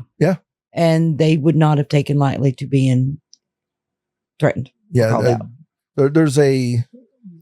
There's a bit of a connection, and this one you'll have to look up. It's a long story to tell. Yeah, long story. But I know how. Did you watch the Cocaine Bear movie? or I hear know what about you're it? talking about. I have not watched it, Okay. but I know the story. That was based loosely on a true story. Yeah. Yeah. A gentleman named Andrew Thornton. One of the people at that party, or two, were friends with Andrew Thornton. Is Cocaine Bear near in Kentucky? It was Tennessee. Yeah. That's where the cocaine went out. I got to do this Or story. Georgia or I know Tennessee. you have to. Yeah. Yeah, he was being chased by the DA in a plane, and I was actually supposed to go up with Andrew Thornton. Flew a little biplane out of Lexington Airport, and I was supposed to go up with him to do aerobatics because I'm a huge aviation nerd. So it's weird how things turn. And that was when I was like 10, Small 11, circles, 12, yeah. something like that. But that Bluegrass Conspiracy, right? Yeah, Bluegrass That's- Conspiracy was. There's your background book on that if you want to. Yeah. I just made a note. Cocaine Bear. Yeah, I'm that book, when we read it, we're like, oh, we're going to see my dad's name in this one.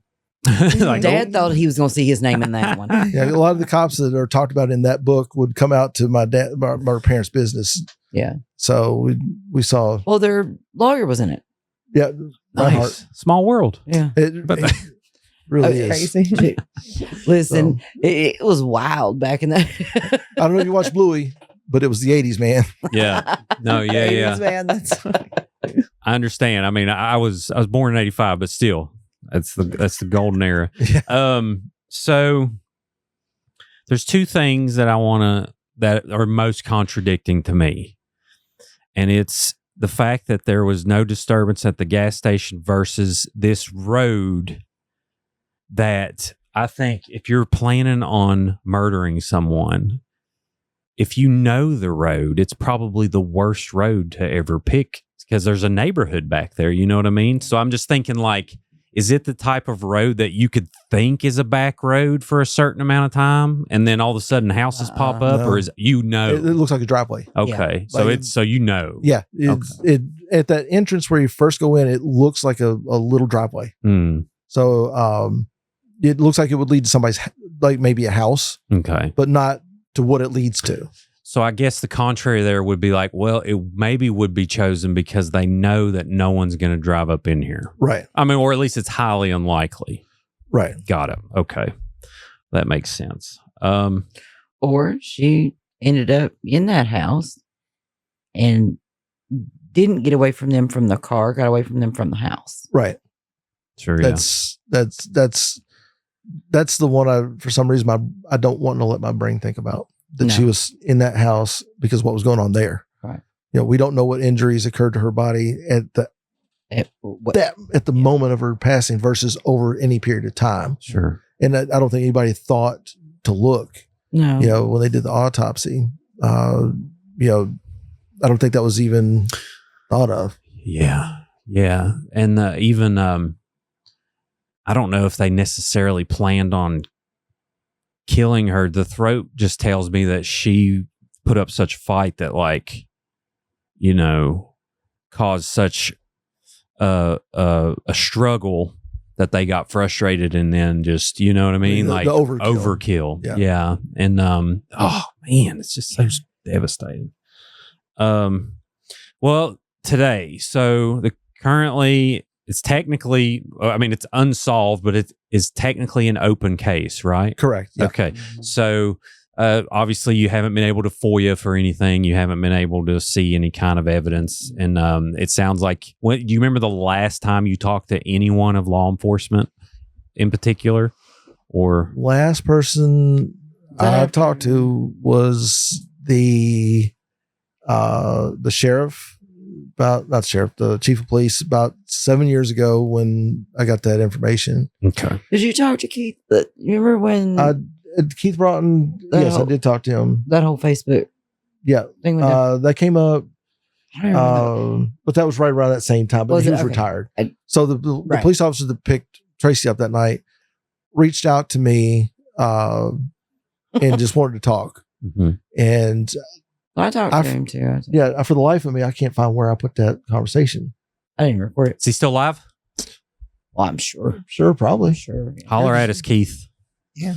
But or Broughton. anyone too, if anyone wants to reach out, like me and Alex both talk to people both on and off the record, and we take that very seriously. And you know, if anyone has something to say, be sure to reach out to us. We have a hotline, phone number in the description, email, Awesome. all of those things. All right, so 7 years now.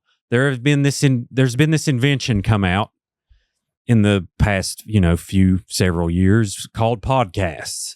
What has the coverage been like in your experience for all of these different outlets to start bringing Valerie's name up again? The first one, I really appreciate you bringing that up because I want to direct everybody. Coffee and Cases was the first podcaster that reached out. Mhm. They are both teachers in that area, and they did a very in-depth, the best chronological walkthrough. Yeah. They interviewed me, Traci, I think Mom might have been interviewed I for don't remember that. who all, but it's because I haven't re-listened to it for a while. Yeah. But it was that very. I mean, you have a better way of putting this one than I do. That just something to refer people to. Yeah, because it's really hard. As we've talked now for a while. Hour 39 minutes and 52 seconds. All right.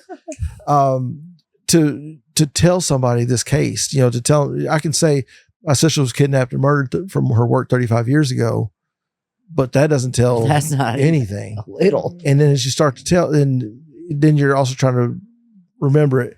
And now it's like, I am no fun at parties with this. Nobody's going to want me there.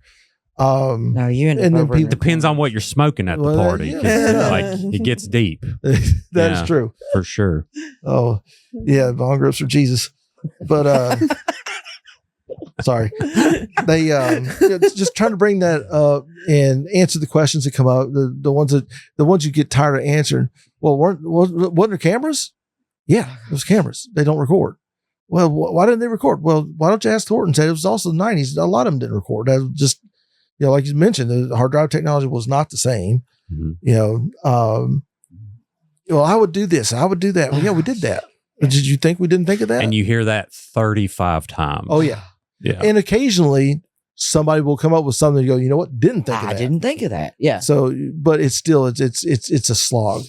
And I want to do it right. I want to put the information out there for people to hear and take from it what they will, as without too much of my, proselytizing or editorializing, because it's easy to come out, well, that's her brother. Of course he'd say that, Right. So having that podcast to say, here's the link. I made a QR code out of it. So I can be like, here, scan that. And it'll take you to it. And that podcaster has stayed with us now for these years. When some new stuff came up, she kind of helped me work through it. And that's, I'll talk to you about that. Yeah. And just having that and having that extra reach, not having to rely on, well, the newspaper cover it. The local newspaper won't cover it at all. They stopped talking to us. Yep. My mom, they said they came very incorrect. My mom kind of told them about themselves, and that's the last I think they've ever said anything. Gotcha. The local newspaper for Lexington is not what it was. It's basically all outsourced. All, if they've got any local reporters anymore, I'm shocked. That's sad. We have the 3 ABC, NBC, CBS, Fox stations all have local stations there. It's not, it's not like where we live in Virginia now. There's no local go there for Fredericksburg, Stafford news. You got to get DC news or Richmond. Yeah. So it's not that. We have those resources right there, but only one has stuck with us, Channel 18, WLEX, and I'll praise their name because every time something has come up and I've asked, they've done a story. And I've never asked without something. I've not just said, hey, would you mind just mention this? I've said, hey, here's a thing. And I talked to Lee and they did a thing. And they've done that for 35 years. They've been there. They've been the only consistent in 35 years is those guys. Allison and Maggie. I always forget Maggie's name and I apologize. She kind of does the back end research and Oh, cool. and that kind of Okay. stuff for Coffee and Cases. So shout out to them. And that kind of helped get the ball rolling. And then Alex, you've reached out, and Alex has been there with us, and you've seen a lot of stuff I've sent you. Yeah. That's a lot to dig through. So Yeah. good on you, because Yeah. And, But and in now ways getting- there wasn't a lot when I reached out to Right. you guys. Yeah. Also. Yeah. So getting that all out there where it can hit algorithms, because it's yours hit an algorithm. Mhm. We got a couple, the one guy from England, on No idea Cloud found it on TikTok. Oh yeah. There's a TikTok. yeah. I did a quick blurb on it, and it was a quick hitter, but I mean that's TikTok. Attention spans are this long these days. So yeah. Any. I'm sorry. What'd you say? Yeah. Huh? Exactly. Nah. No, I'm the world's worst. Yeah. My I kids keep know getting distracted by the shinies on the desk. So Yeah, I know there's a lot of shinies here. there's It's my Queenie crown. You I like like it? Love I like the Distillo more too. There, Yeah. I know, yeah. but yeah. So the podcasting now, the YouTube, hitting an algorithm these days is, I feel has given us more reach than we've ever had. Yeah. Yeah. To the point, one of the things we've talked about is getting, maybe starting like a GoFundMe just to get enough money to put up some billboards in that town, just to kind of put it back there, put it in front of people's faces, put a couple big QR codes where people can get to podcasts, get to the videos, to learn, because there's people in that town who have never heard this.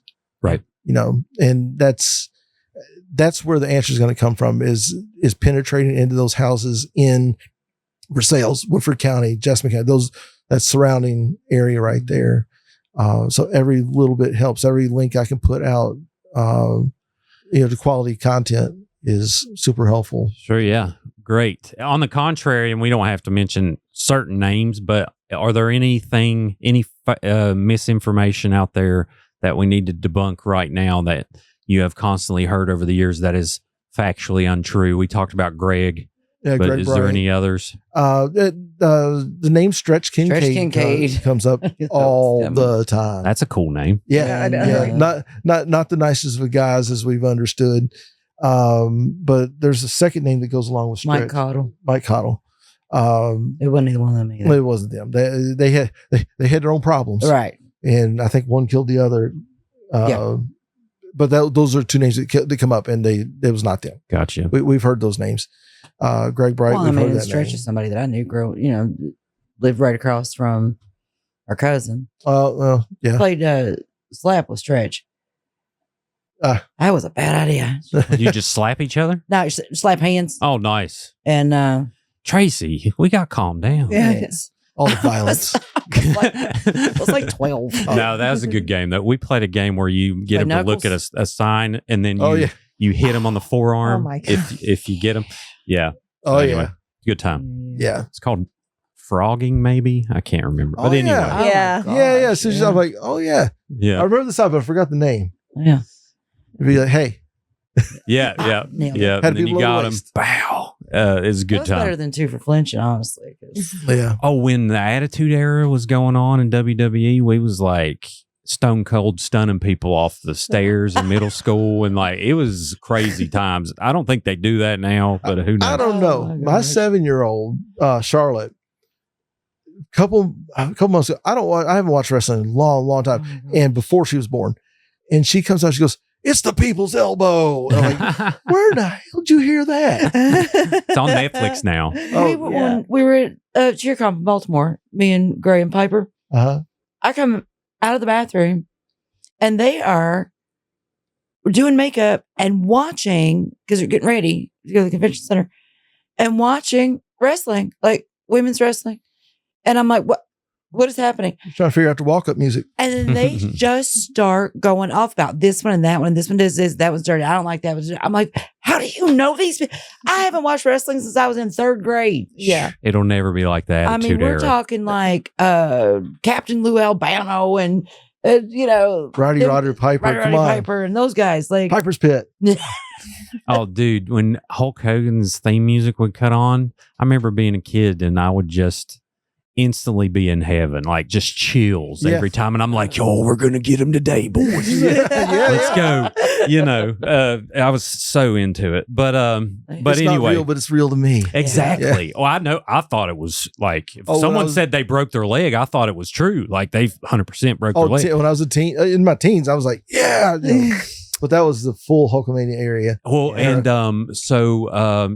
the guy, oh man, who's the guy that had the 2x4? Hacksaw Jim. So him and another guy got caught with cocaine, and they were like against each other in the storyline, and then it started to unravel after that. That all these people are friends. Like Yeah. this is Right. what is going on. Yeah. You know. But anyway, I lived in Tampa for 5 years, and I'm like, I didn't realize that was the epicenter. John Cena's house was like 2 miles from my house.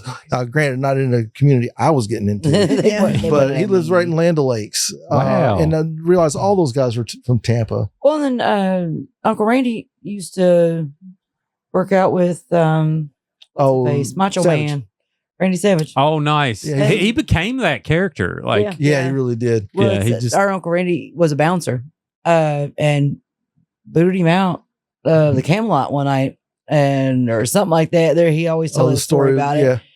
that's great. It's weird.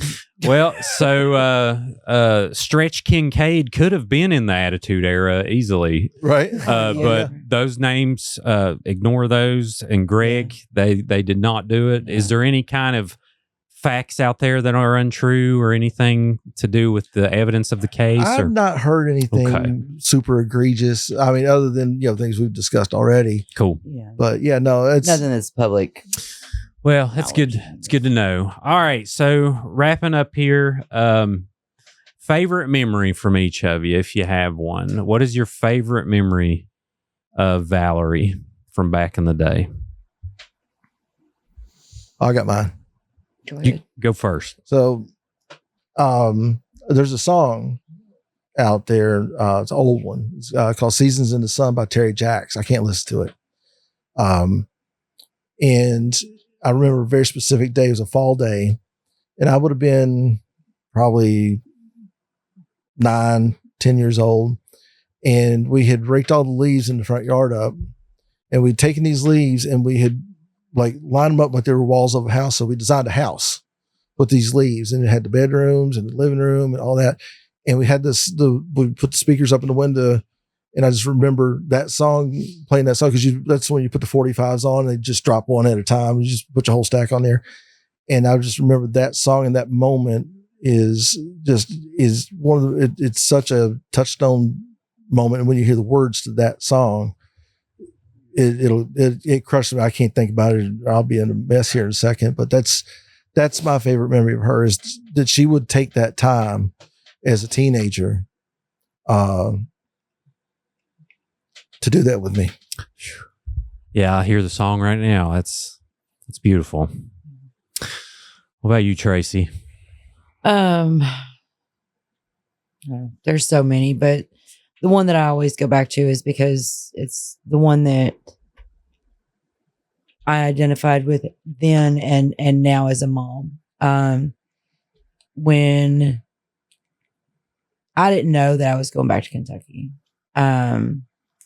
they got in cahoots on me and wrote this poem and put it in a shirt box and put tinsel in it, wrapped it up. Here's your present.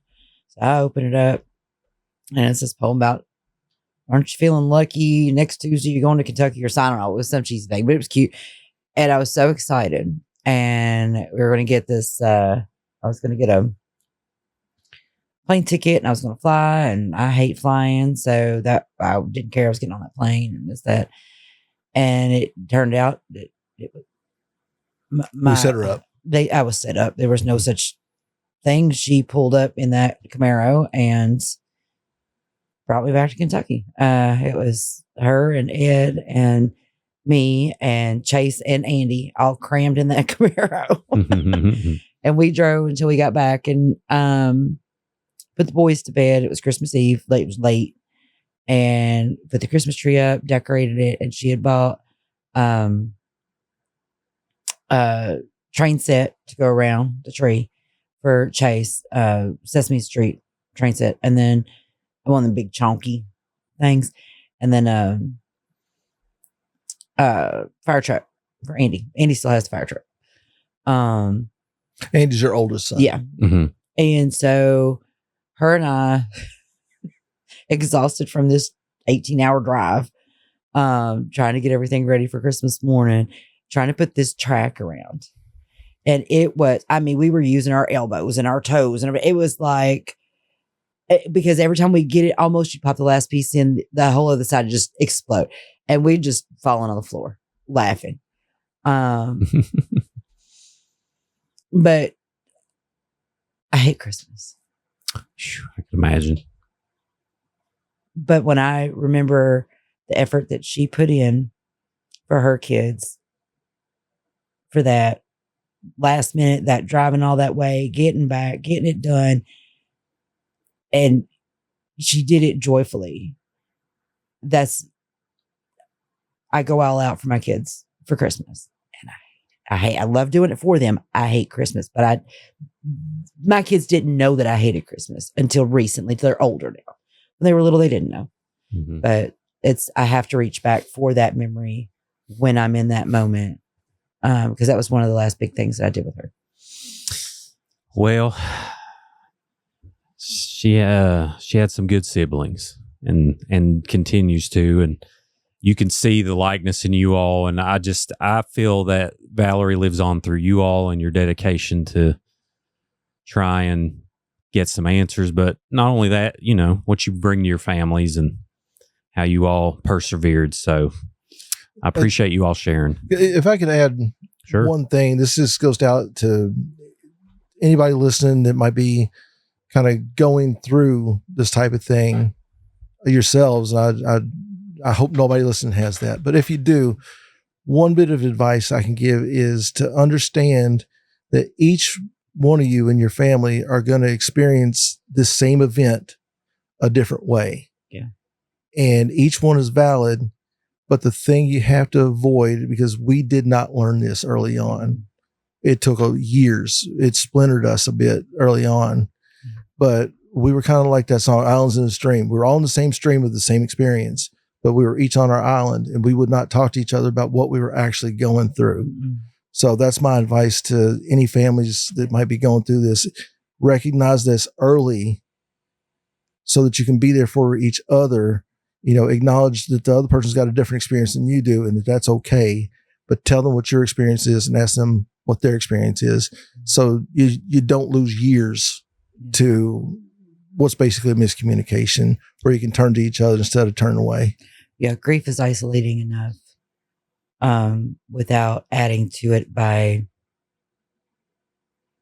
not communicating within the family structure So yeah. Most problems are solved with understanding, in my opinion, and talking your way through things. And it's hard for some people to do that, but yeah, makes sense. All right. So if someone knows something, who do they contact? So they'll know out there. I would say Kentucky State Police. I believe they got a tip line. I hesitantly say Versailles Police Department because as of this moment, I have no faith in them other than a bare minimum that maybe somebody will trip over their feet and find who did it or put their ego aside and do the right thing. That's because I think as I live with it, I think it's the problems I've had is their stance is ego driven. So Versailles Police, you could use, I believe, you can reach out to FBI. It was a kidnapping, and I know last I knew, FBI can take jurisdiction on kidnappings because there's no evidence that they didn't cross lines. If you're worried about reaching into a local network, which some people can be afraid of because they still live in that community, my email address is out there. Email me. Hate, love, information. I don't care. Yeah, I'll put it in the description. Yeah, make sure. It may take a while because I get enough spam just from every free thing I signed up for, but I do my best. Got it. All right. Alex, what do you want to plug? I guess plug my YouTube channel again. Paul on YouTube. We'll definitely put that in the description. Yeah. Thanks for all your efforts and for introducing us, Alex. Alex made this happen. Thank you. So yeah, I appreciate you all. Before you leave, be sure to like this video, subscribe to Creepalachia on YouTube if you're listening on Apple or Spotify. Take a minute and leave a review. That'll really help the show be found. And if you're, we're on Facebook, TikTok, Instagram, all the places. And if everyone else, take a minute, think about your family, think about your friends, put yourself in the shoes of this family and have some empathy in our lives and imagine what a world it would be if we could all empathize with each other. But last but not least, always remember, above all else today, rest in peace, Valeri Brooks.